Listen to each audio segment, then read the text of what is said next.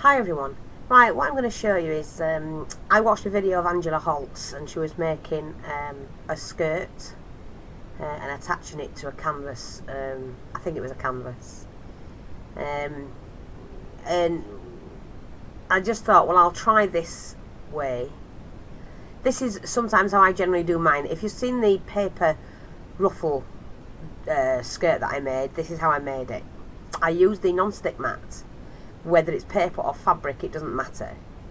And if you haven't seen that one, I'll put a link to that video in this box. You know, in the to the skirt I made from paper into the link of this particular video, so that you can see how I did that, which was quite a while ago. So what I've chosen is 2 lots of fabric, plain cotton. The first piece wasn't quite long enough, so I decided to redo that. And you put a line of glue onto the mat, and then you gather up really tightly the waistband to give the skirt a full flare. And you can cut the skirt into shape. Don't worry about it if it's a little bit wide. So that's nice and tight. Gather it up as much as you can. See the fullness of the skirt, and then I've got the bit of vintage lace to go over the top of that. Now I don't need it massively, you know, wide, so I cut it to size, and then I trim the bottom section off. You can trim the waistband off as well, so that you give yourself a waist. I show you how to do this with the paper one. Trying to straighten that off. Now I'm trying to, I'm not trying, I am doing, I shape the waist. Once it's glued, you can shape it, and it's not going to come undone. So I glue that back down, and that's just so that I could work with it. I'd have to keep moving it about. I just move the sheet around if I need to.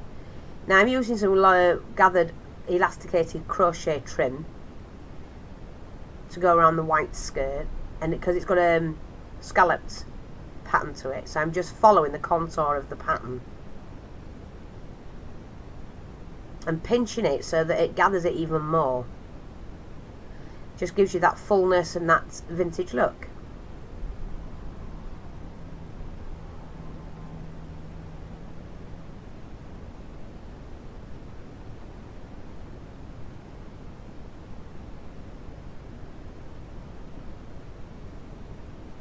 And then I decided to do a second layer as well.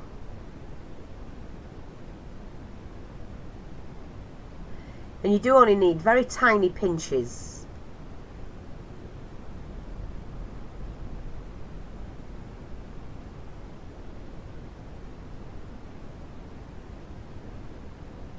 And I love to work with gathered material. You can do that same with flat lace and gather it as you go along, so don't worry if you haven't got a gathered material. I'm just putting a few oddments on of decorations. These are flat pearl accents, and I do sell them in the store.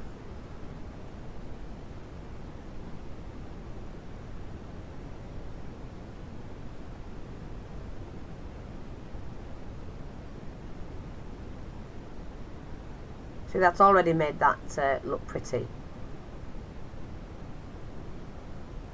But then I'm getting some flowers and cutting them right down, probably about halfway, just so that I use the heads only.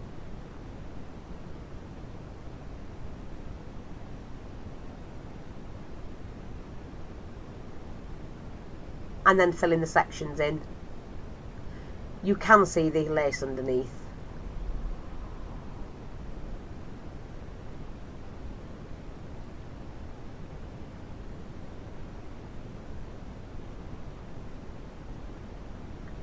I mean, I was inspired by Angela. What it was, it brought back memories for me, because I've done these before, and I have videos on them, so, you know, you can run along and see those. But Angela just sparked off another you know, oh, let's do another one of those. And it's basically showing you